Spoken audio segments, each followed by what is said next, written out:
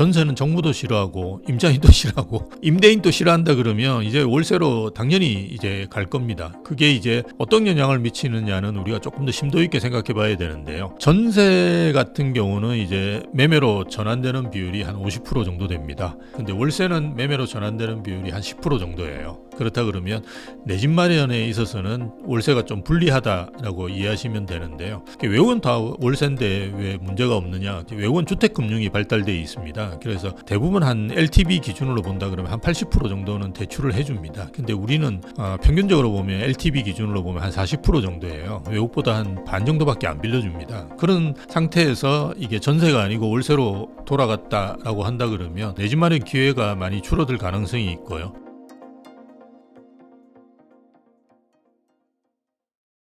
예, 안녕하십니까. 저는 IAU 인터내셔널 어메리칸 유니버시티의 교수로 재직하고 있고요.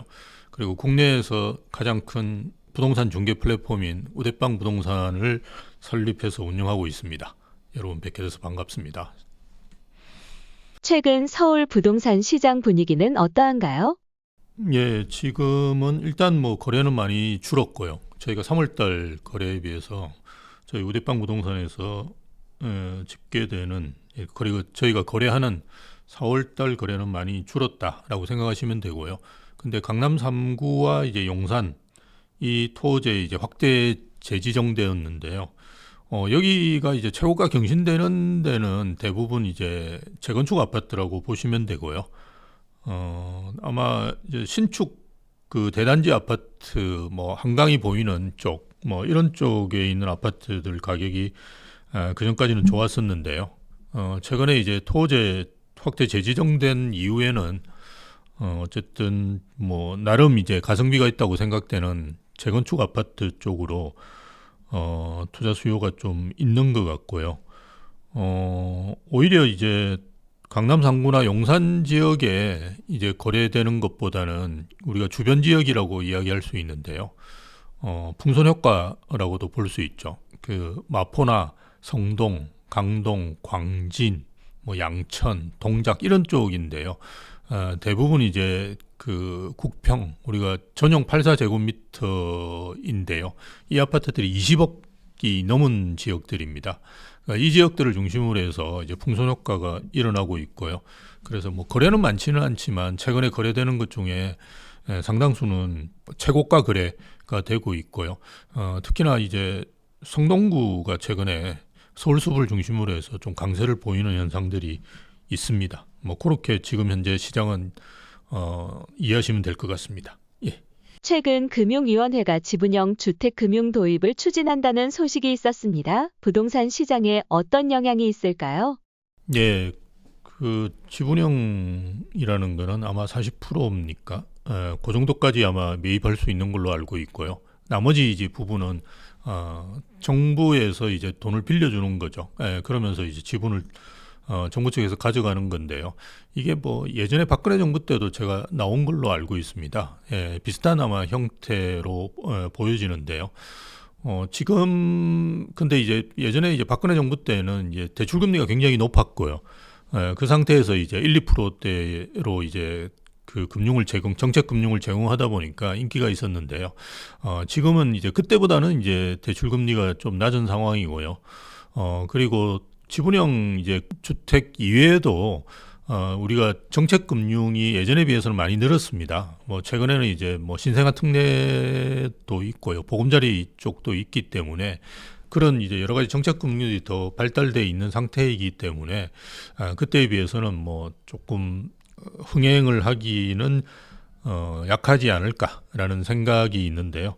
근데 어쨌든 뭐 지금 현재 부동산 시장을 조금 불안정하게 보고 계시는 분 입장에서는 어떻게 리스크를 줄인다는 차원에서는 괜찮은 것 같고요. 또 하나는 최근에 이제 박근혜 정부 때하고 다른 점은 DSR이 적용이 되기 때문에 사회초년생이나 아니면 신혼부부들 같은 경우는 빌릴 수 있는 한도가 조금 낮습니다. 그런 경우에는 오히려 뭐 많이 빌리지 못하니까 지분형으로 해서 일정 부분만 하고 그에 따른 시세 차익을 얻는 뭐 이런 방식도 뭐 선호하지 않을까. 그래서 조금 수요층은 예전에 비해서는 좀 줄어든 부분들도 있다라고 볼 수가 있을 것 같습니다. 예. 지분형 주택금융제도가 도입되더라도 부동산 시장에 큰 영향이 없을 거라는 말씀이실까요? 예, 기본적으로 지분형을 예전에도 사실은 그렇게 썩 달가워하지는 않으셨어요. 이를테면 집값이 오르면 그걸 정부와 나눠야 되기 때문에 그 부분에 대해서 조금 부담을 느끼시는 것 같았어요. 그래서 아마 이번에도 뭐 비슷하게 생각하지 않을까라는 생각이 들고요. 그렇지만 말씀드렸던 이제 DSR이 적용이 되고 이제 과거하고 이제 다른 부동산 시장이기 때문에 그에 맞는 뭐 수요자분들은 좀 있을 걸로는 보입니다. 예. 6월 조기 대선을 앞두고 있는데요. 정권이 바뀌면 부동산 정책에도 큰 변화가 있을까요? 지금 올해까지는 사실은 뭐 큰 영향이 없다고 볼 수 있는데요. 왜냐하면 정권이 바뀌더라도 우리가 민주당이 집권한다 그러면 가장 문제가 되는 거는 그 보유세라고 볼 수 있습니다. 그러니까 재산세나 종부세가 얼마만큼 올라가느냐 여기에 이제 관심을 가질 건데요. 6월 1일 기준으로 뭐 재산세나 종부세는 결정이 됩니다. 예, 그래서 다행스럽게도 대선이 이제 6월 3일 날 결정이 되기 때문에 뭐 정권이 바뀐다고 해서 뭐 그런 보유세 부분이 크게 달라질 부분은 없다라고 볼 수 있고요. 오히려 저는 이제 집권하고 난 다음에 올해는 한 9월 정도에는 부동산 대책이 나오지 않을까. 그러니까 예전에 이제 문재인 정부 때를 생각해 보시면 되는데요. 5월 달에 이제 집권을 하고 그다음에 8월 달에 파리 대책이라고 아주 강력한 대책이 나왔었어요. 당시에 부동산 시장은 사실은 그렇게 상승률이 높지 않았었는데도 뭐 그런 대책이 나왔다라고 볼 수 있거든요. 그래서 이번에는 한 3개월 정도 예상을 해보면 한 9월 정도에 나오지 않을까라는 예상을 해볼 수 있고요. 어쨌든 그 9월 이후에는 뭐 대책도 나오고 또 은행에서도 그 하반기로 들수록 대출 영업을 열심히 하지를 않으니까요. 그리고 한도가 차다 보니까 그렇다 그러면 가상금리가 올라가면서 대출 여건이 좋아지지 않습니다. 그러면 주택 수요자들도 뭐 주춤하게 되고요. 그래서 자연스럽게 그 하향 안정화되는 그런 부동산 시장의 추세를 보일 걸로 보여지고요. 대신에 어쨌든 뭐 5, 6월 달에는 조금 거래가 되지 않을까라는 생각도 하는데요.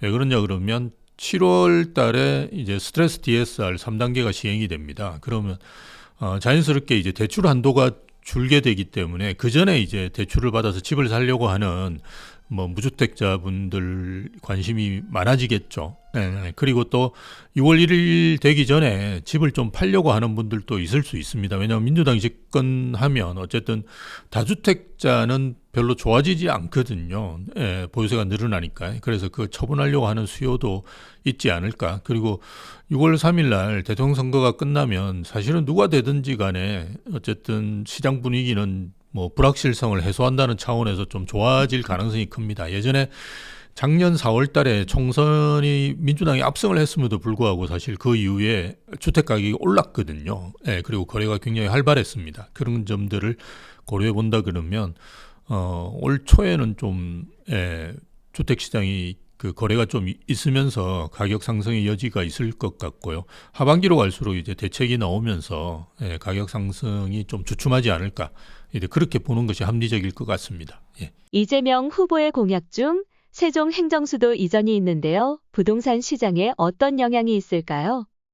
세종은 사실은 지금 오를 때가 됐고요. 왜냐하면 그동안 굉장히 많이 떨어졌고 회복을 거의 못한 상태에서 공급 물량, 즉 아파트 입주 물량이 최근에 많이 줄어들고 있습니다. 그래서 안정화되고 있거든요. 이제 그런 점들을 다 고려해 본다 그러면 뭔가 이제 호기를 맞을 시점은 되었는데 자연스럽게 뭐 대통령실을 옮긴다든지 국회를 이전한다든지 이런 이제 호재가 민주당이 집권하면 더 이제 활발하게 논의가 될 가능성이 큽니다. 예, 그렇다 그러면 세종이 가장 큰 혜택을 받을 가능성이 크고요. 예, 그런 차원에서 뭐 세종이 좋아질 걸로 예상하는 분들이 많고 실제로 뭐 당분간은 그렇게 되지 않을까. 예, 그렇게 예상해 볼 수 있겠죠.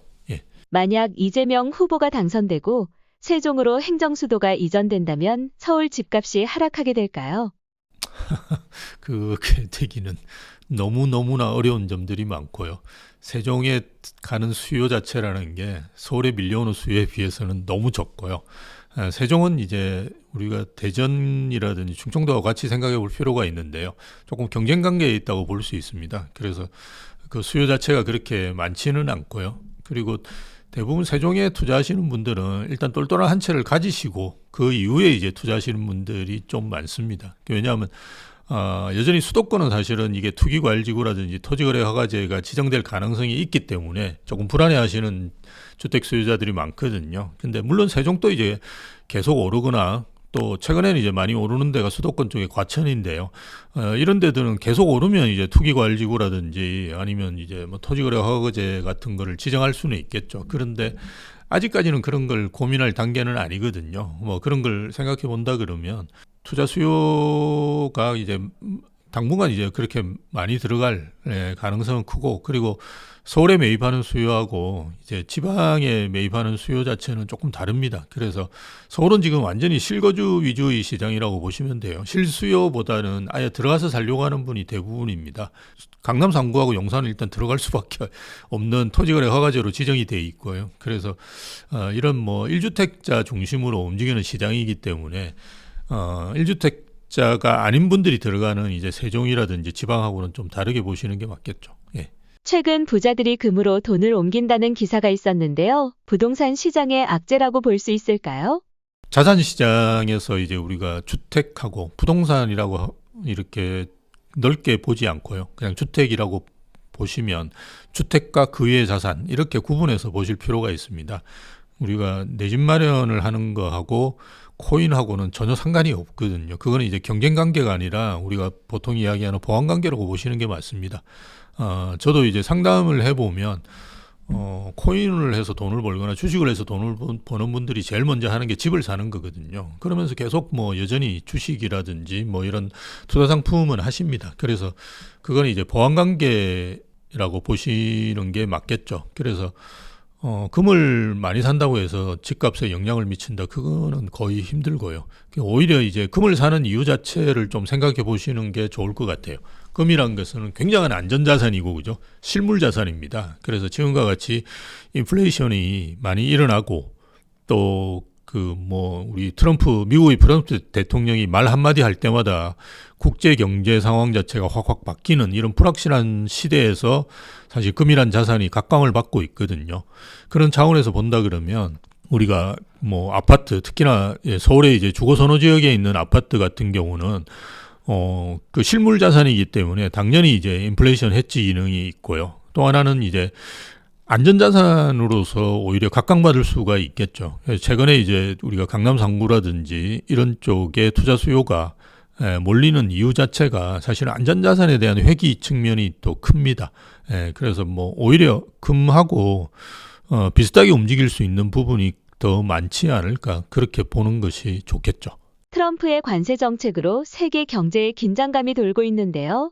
우리나라 부동산에는 어떤 영향이 있을까요? 예, 뭐 말씀드렸듯이 뭐 오히려 안전자산 회귀 차원에서 본다 그러면 주택 시장에는 긍정적이고요.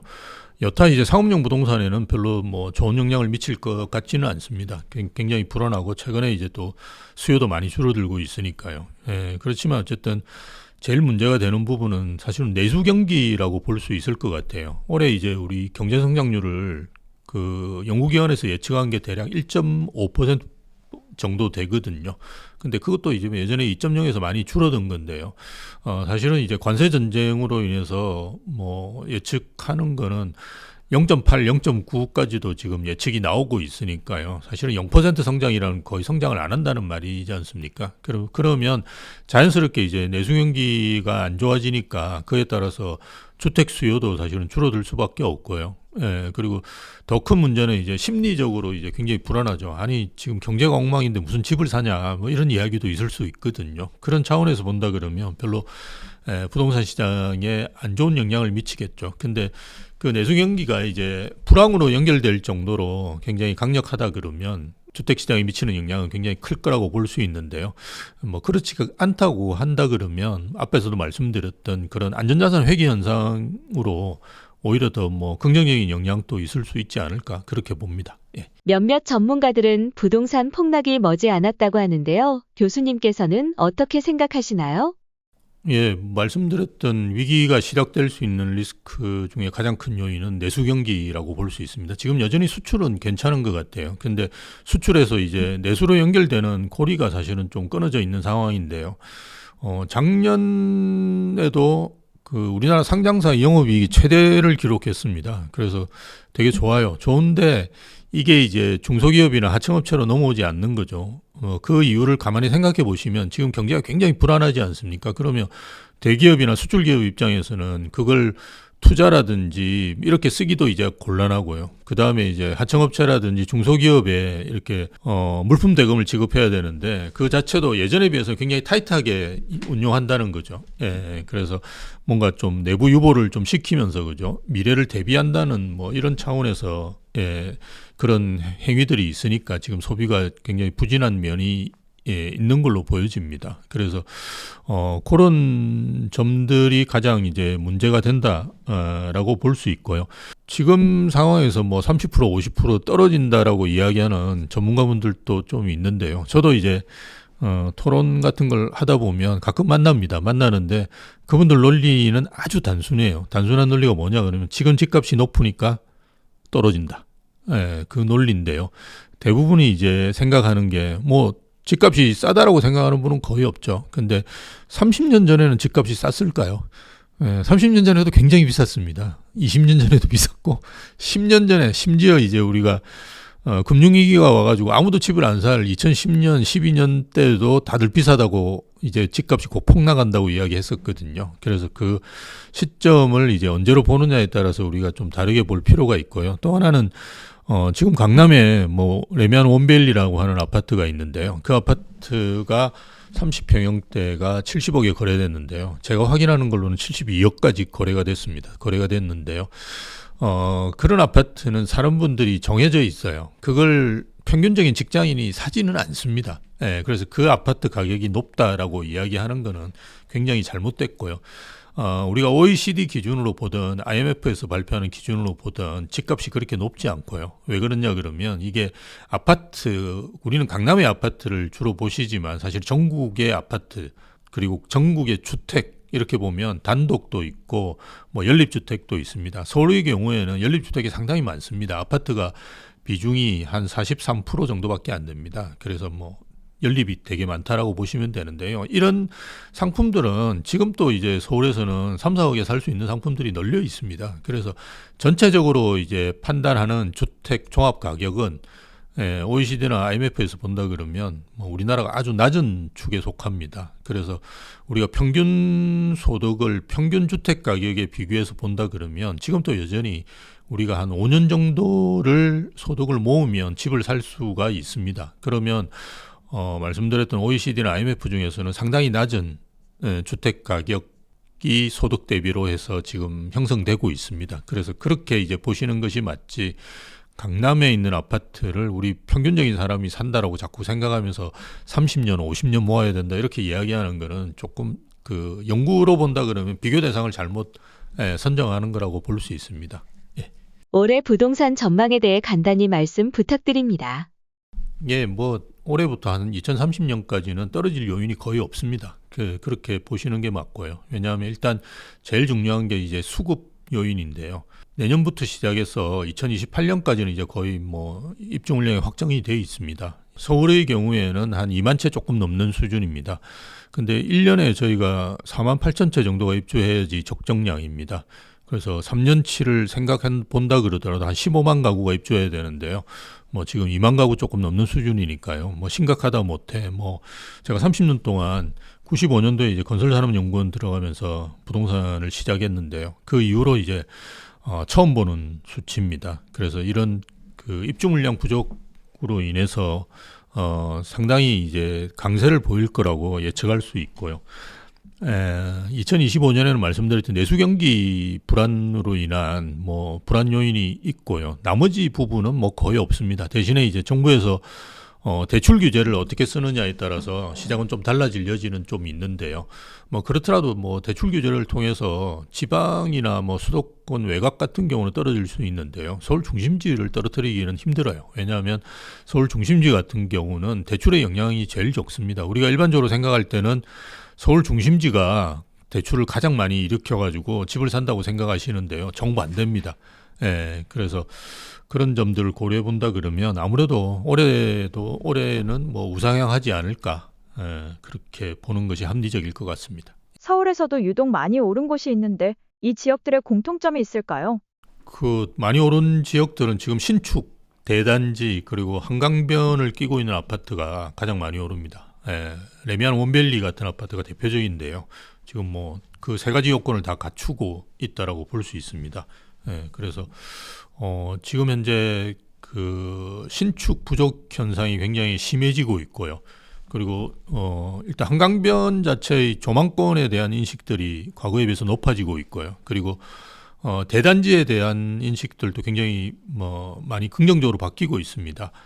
그 이유는 예전에 이제 대단지 아파트가 가지고 있는 그런 스펙하고 지금 상당히 차이가 납니다. 왜냐하면 이제 한 3,000세대, 2,000세대 이렇게 되면 커뮤니티 시설을 완벽하게 갖추거든요. 그래서 밖으로 나가지 않더라도 내부에서 이제 모든 걸 다 해결할 수 있는 이런 상태가 되다 보니까 그런 아파트에 대한 기대라든지 사고자 하는 욕구 같은 것들이 굉장히 많이 증가하고 있다라고 볼 수 있고요. 또 하나는 이제 그 우리가 공급 사이드만 생각하시는데 이제 수요 측도 좀 살펴볼 필요가 있는데요.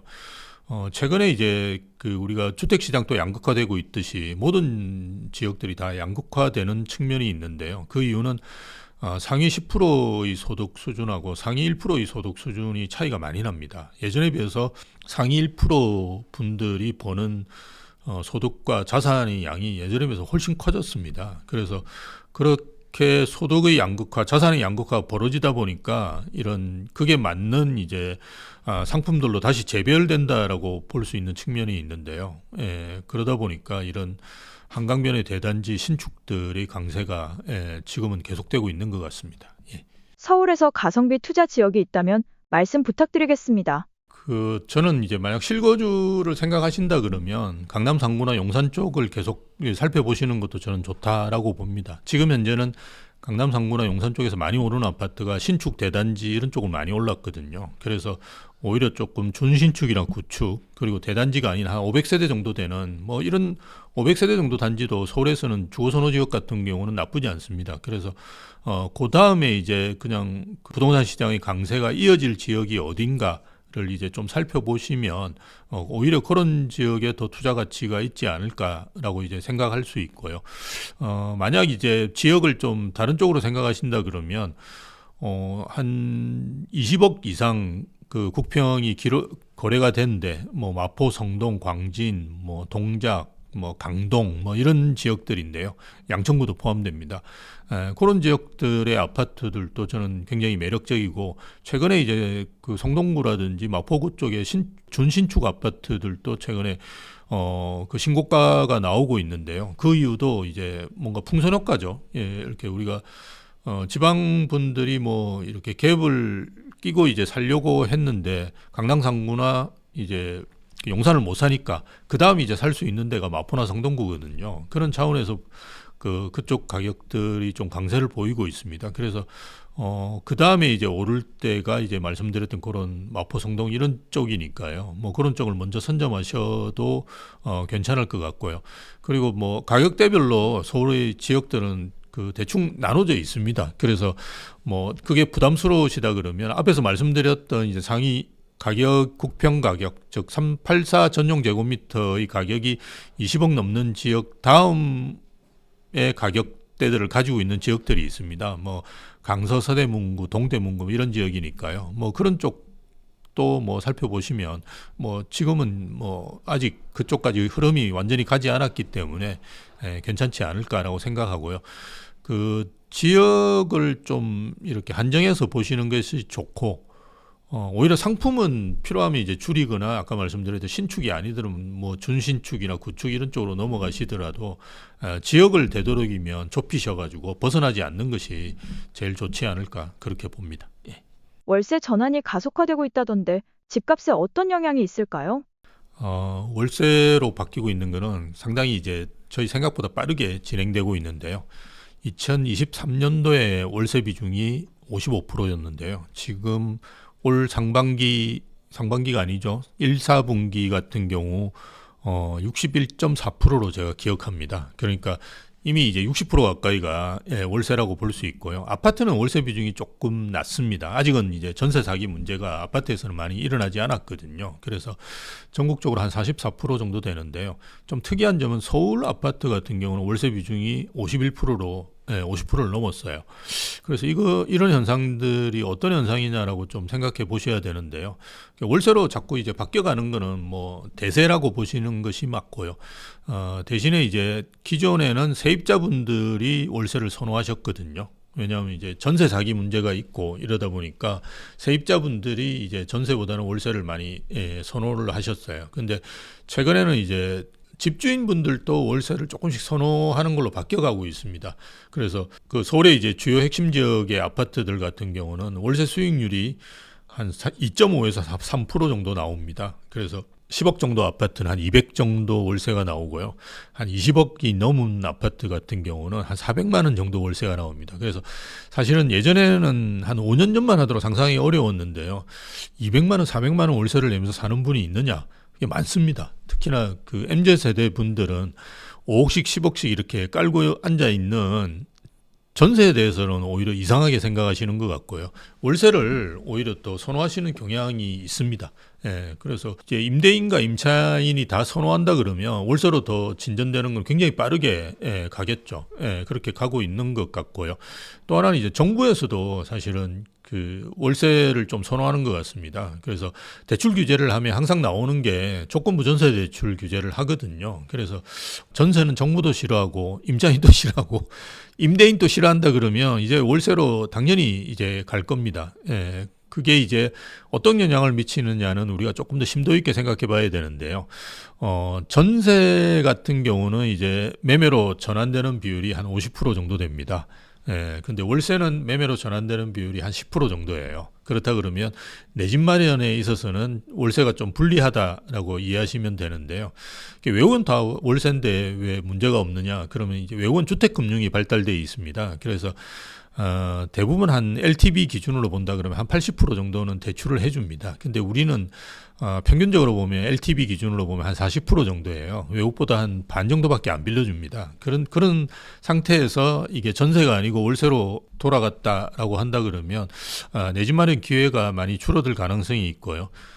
이걸 정책금융에서 뭔가 해결을 해줘야 되는데요. 그게 안 된다 그러면 조금 이제 말씀드렸듯이 정말 그런 상황이 벌어지지 않을까라는 이제 우려도 있고요.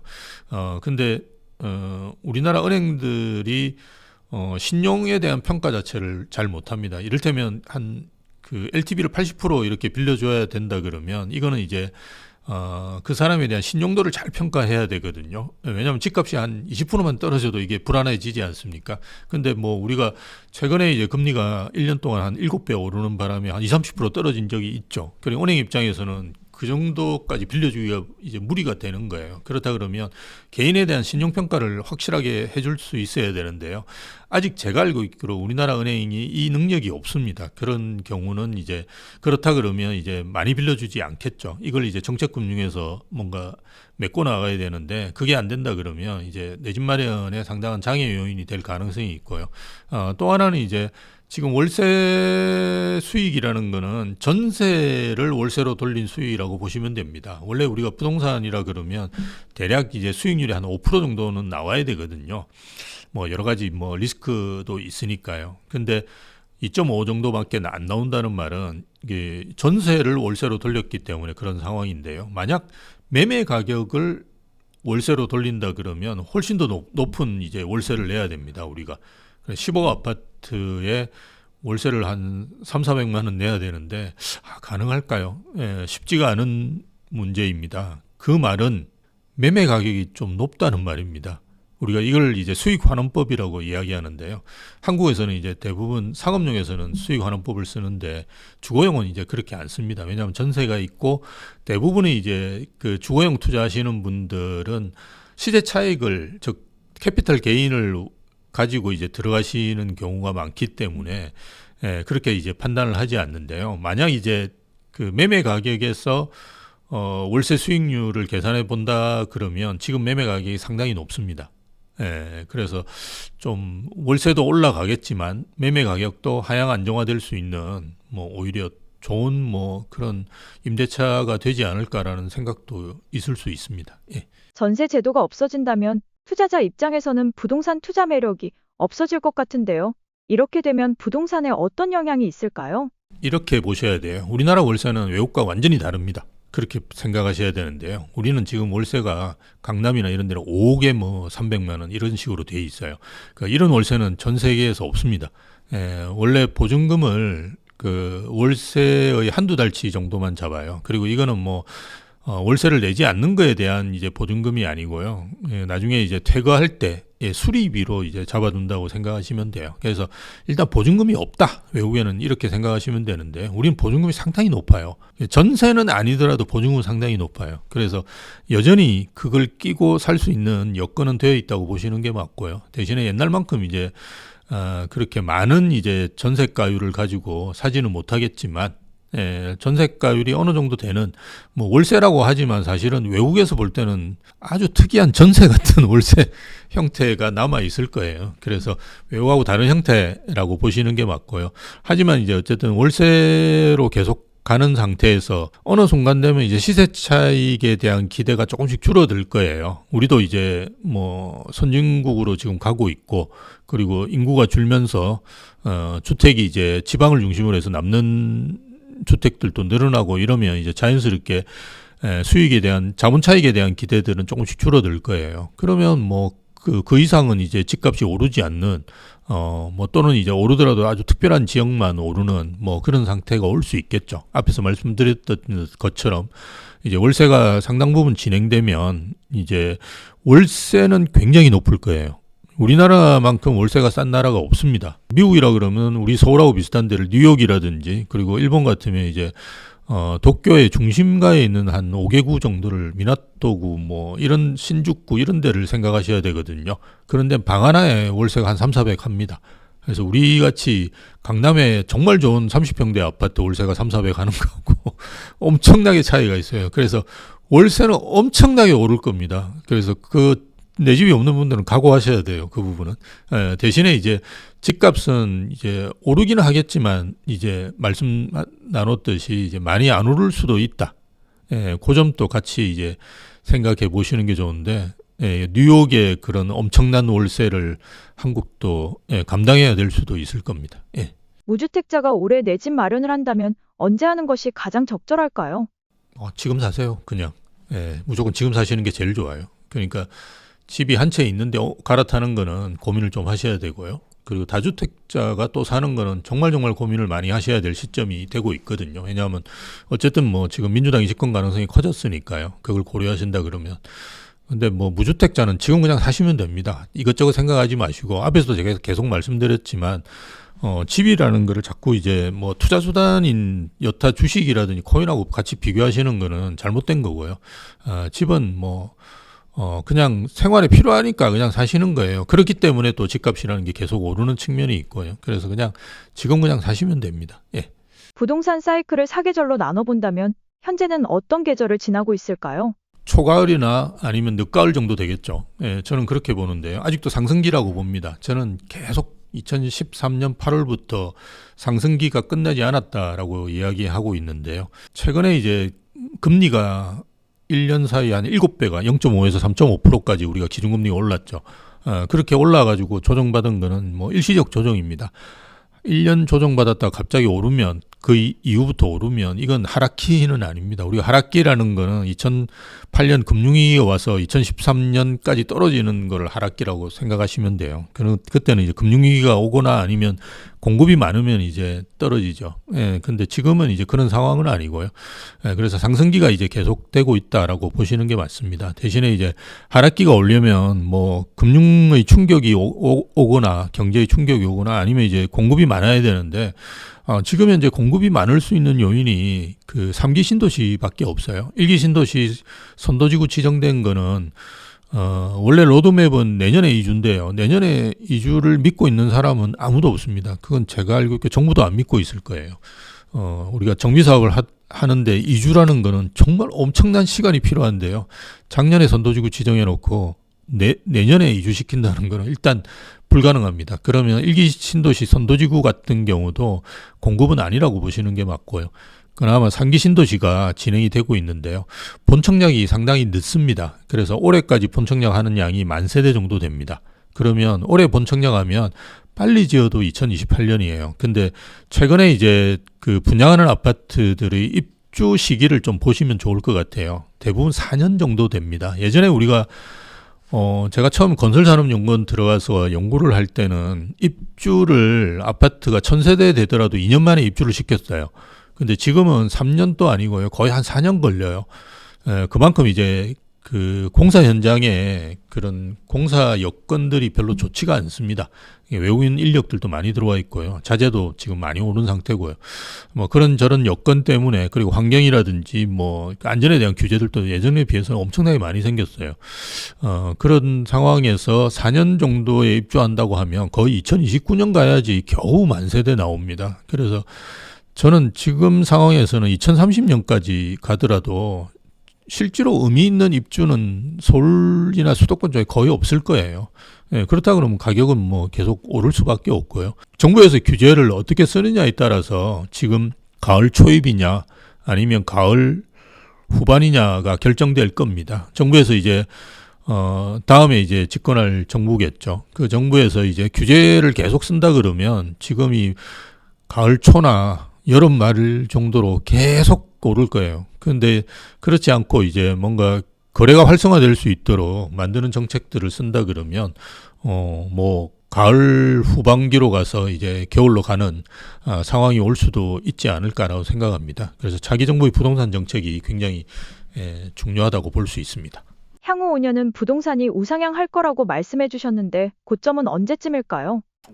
그거를 예상은 거의 신의 영역이고요. 저도 뭐 그런 건 예상을 못 합니다. 예상을 못 하는데 어쨌든 뭐 평당 한 3억까지 간다는 이야기하는 분들이 꽤 있습니다. 그래서 지금 우리가 최고 가격이 평당 한 2억 정도 되죠. 2억 정도 되는데 그 최고 가격이 한 3억 정도 된다라고 이제 뭐 생각할 때쯤 멈추지 않을까라고 다들 이제 생각하니까요.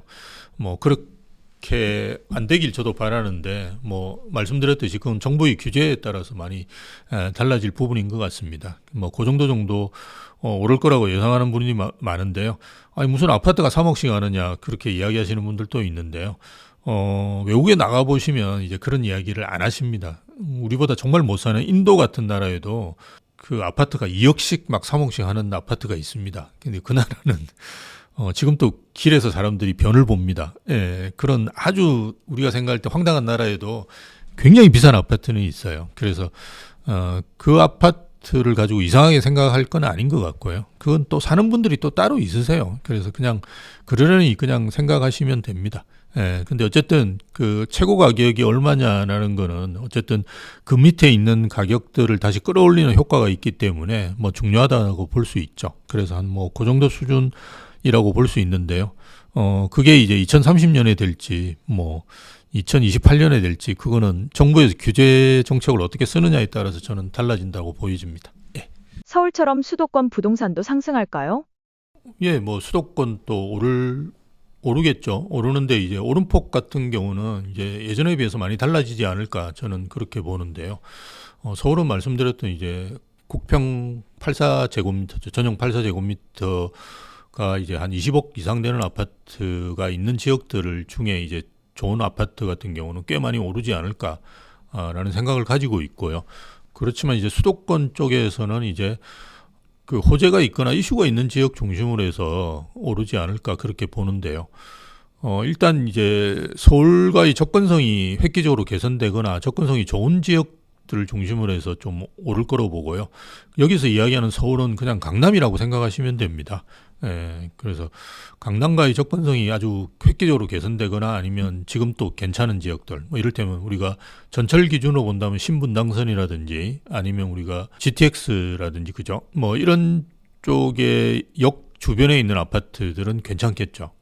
그런데 그걸 벗어나는 지역에 있는 뭐 아파트들은 뭐 상승은 하겠지만 상승률에서 차이가 나지 않을까. 서울하고 이제 많이 달라질 거라고 보입니다. 그래서 저는 이제 그 선 중심으로 해서 수도권은 투자하시는 게 좋다라고 이제 말씀을 많이 드리고요. GTX 라인, 반도체 라인 뭐 이런 거 이미 쓰고 있습니다. 우리가 그런 중심으로 이제 하는 게 좋다라고 보고요.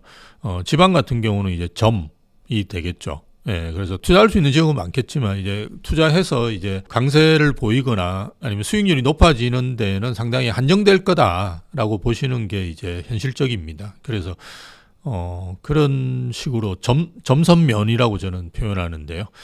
면은 이제 서울입니다. 서울은 말씀드렸던 이제 10개구 정도, 강남 3구와 이제 용산구, 그리고 마포, 성동, 광진, 뭐 동작, 양천, 그죠? 뭐 강동 이렇게 하면 한 10개구 정도 되거든요. 그러면 서울에 25개구가 있으니까 거의 한 40% 정도 됩니다. 그리고 굉장히 넓은 면적이에요. 예, 그렇게 면이라고 볼 수 있겠죠. 그래서 점선면 투자 전략을 이제 견제하시는 것이 좋지 않을까 싶습니다. 예. 지역을 딱 집어서 말씀 부탁드립니다. 그러니까 우리가 반도체 라인이라고 그러면 우리가 판교부터 시작해서 저 동탄으로 움직이는 라인인데요. 원래 이제 그 서울이 오르면 그 다음에 이제 판교나 과천이 오릅니다. 예, 그 우리가 경기도에서 가장 좋은 지역이 판교와 과천이거든요.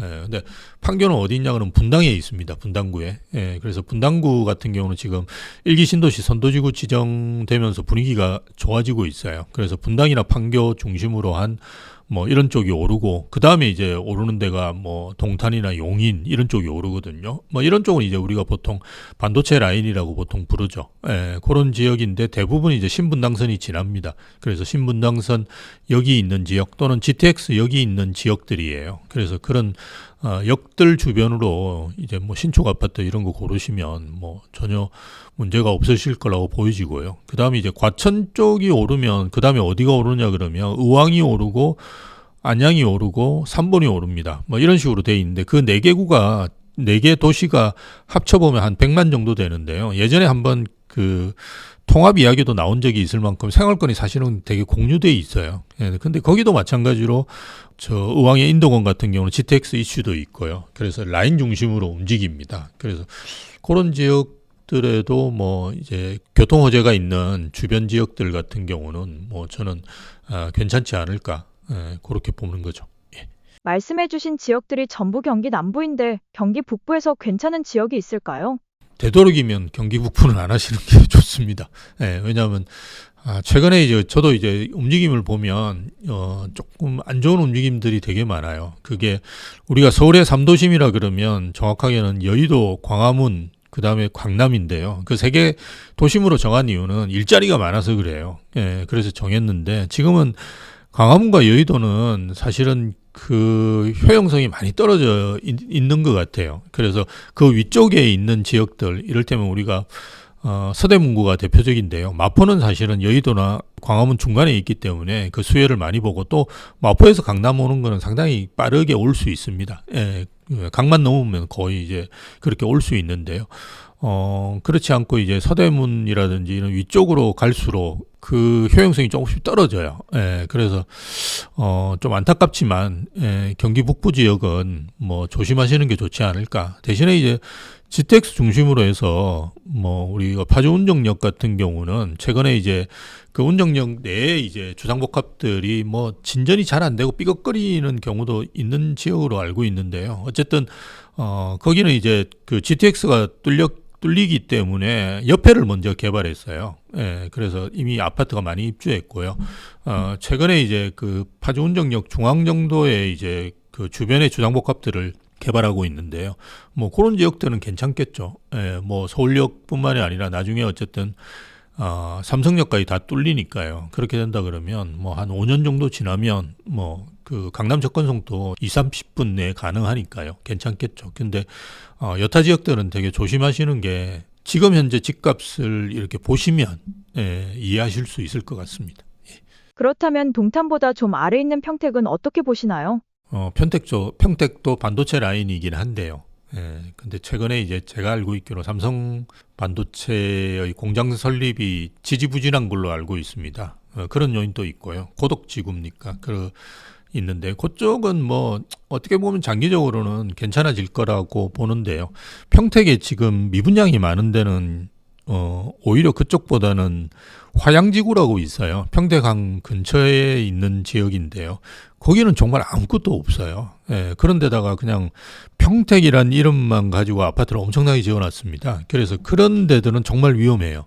예, 그래서 뭐 장기적으로 보신다 그러면 뭐 고덕지구 같은 것은 괜찮을 수 있는데요. 어쨌든 그게 이제 변수에 너무 좌지우지가 많이 되거든요. 그래서 삼성에서 뭐 그걸 중단시킨다든지 아니면 공장 규모가 축소된다든지 이러면 타격을 많이 받게 되거든요. 그래서 내 집 마련하시는 거는 아무래도 리스크를 줄이시는 것이 좋습니다. 그래서 그런 리스크가 없는 지역들을 좀 보시는 게 좋지 않을까. 이를테면 뭐 동탄 이런 지역이면 이미 뭐 상권도 잘 형성돼 있고요. 동탄역뿐만 아니라 동탄 호수공원 이런 쪽도 최근에 이제 분양한 아파트들이 꽤 있거든요. 그런 이제 분양가 상한제 지역 같은 경우를 오히려 청약을 노려보시는 게 더 좋지 않을까 그렇게 봅니다. 강남 접근성이 괜찮으면서 가성비로 접근할 수 있는 지역이 있을까요? 평수를 줄이세요. 예, 그러니까 정 안 되면 그 방 하나 있는 아파트를 하시더라도 평수를 줄이시고 그 지역을 벗어나지 않는 게 제일 좋습니다. 예, 우리가 집을 살 때는 1, 2년 앞을 보고 사시면 안 되고요. 10년 앞을 봐야 되는데요. 10년이 지나면 우리나라 고령화율이 상당히 더 진전돼 있을 거예요. 예, 고령화가 진전되면 진전될수록 우리가 살아남는 지역과 이제 위험한 지역이 극명하게 갈리고요. 그리고 위험한 지역들의 숫자가 훨씬 더 늘어나게 되어 있어요. 그래서 지역은 이제 우리가 입지라고 보통 이야기하는데요. 그건 이제 견제하시면서 거기서 이제 뭐 구축을 사시거나 아니면 뭐 정 안 되면 이제 방 하나짜리 아파트들도 최근에 초소형 아파트라고 해서 있는데요. 뭐 그런 걸 하시는 게 좋지. 지역을 벗어나가 자꾸 하시는 거는 그거는 전문가의 영역이세요. 그냥 무주택자가 하실 수 있는 영역이 아니니까 안 하시는 게 좋습니다. 예. 서울 하급지와 수도권 상급지가 비슷한 가격대라고 한다면 어디를 선택하는 것이 좋을까요? 그럼 무조건 서울이 낫죠. 예. 그래서 일단 서울이 중심으로 가셔야 되고요. 그 다음에 이제 뭐 경기도를 할 수 없이 들어와서 살아야 되는 분들도 많이 있거든요. 예, 그런 분들 같은 경우는 이제 말씀드렸던 그런 과천을 중심으로 해서 일어나는 라인들, 뭐 그 다음에 판교를 중심으로 해서 일어나는 라인들, 뭐 이런 걸 중심으로 해서 보시면 되고요. 사실은 그런 질문들을 많이 받는데요.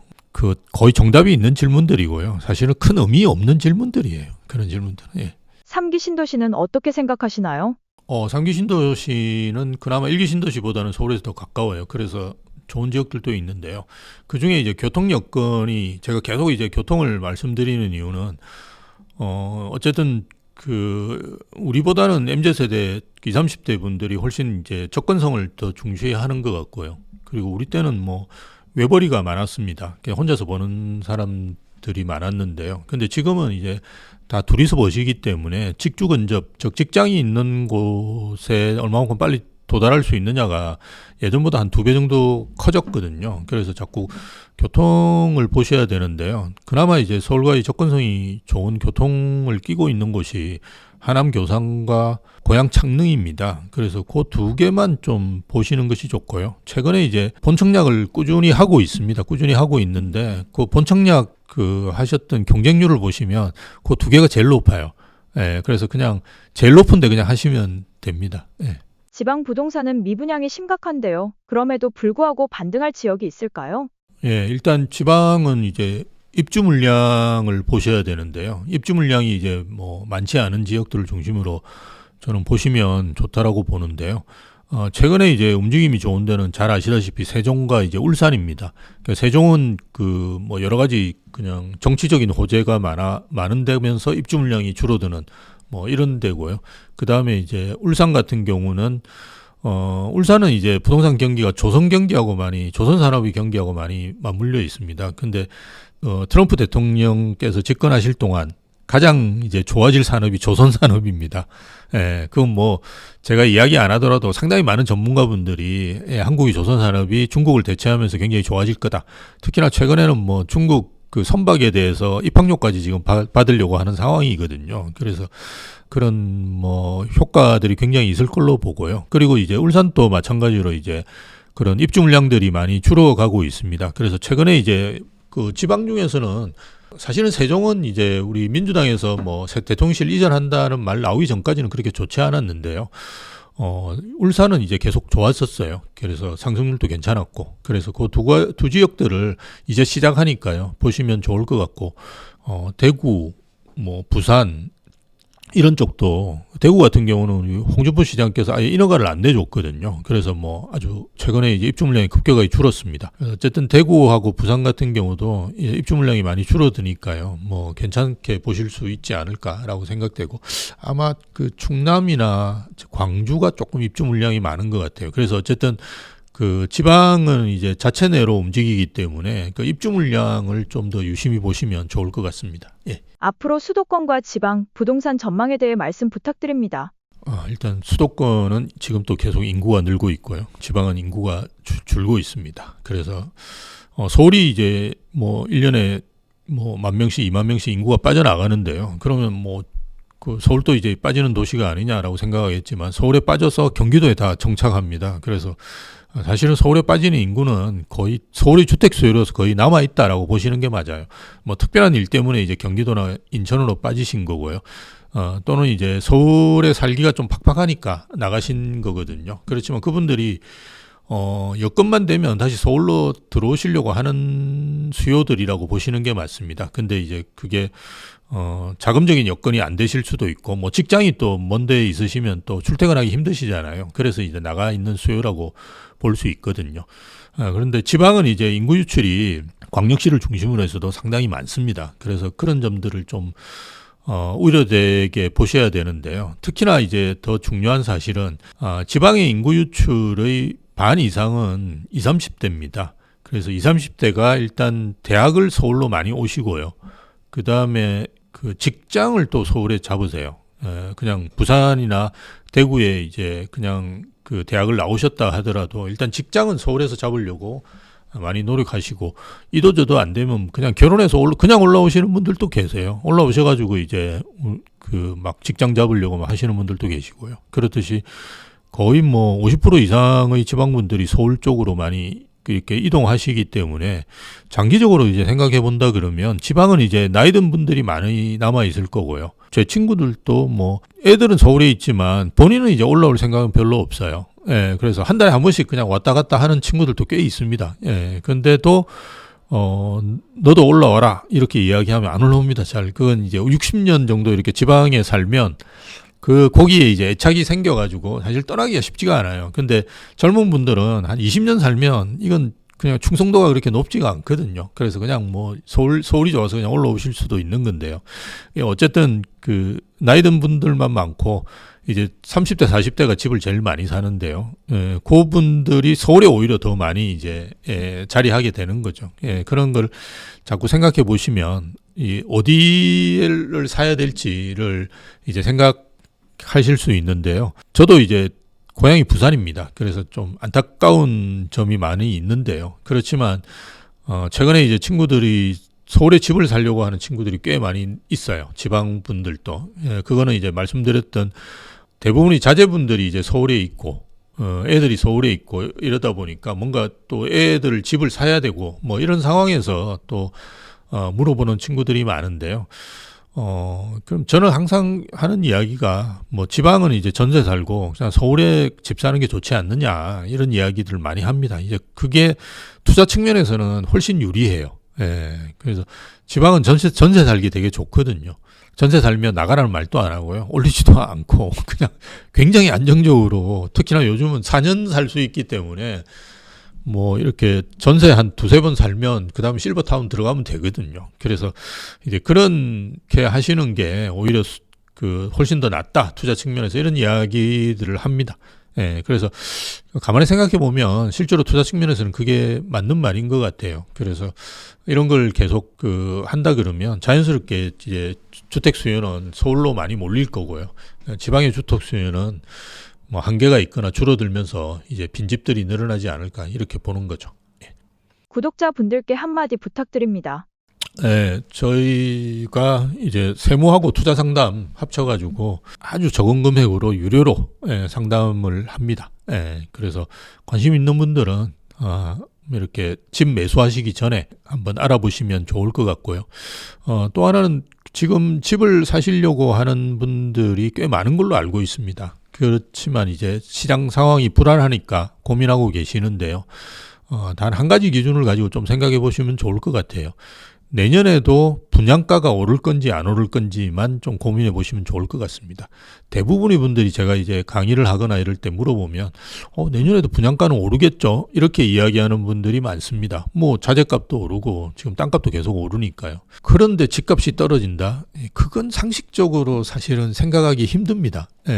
그리고 호텔 뷔페가 저희가 팬데믹 전에만 하더라도 한 10만 원이 제일 비싼 거였는데요. 지금 아마 20만 원 훌쩍 넘어서 제가 알고 있기로 27만 원까지 있는 걸로 알고 있습니다.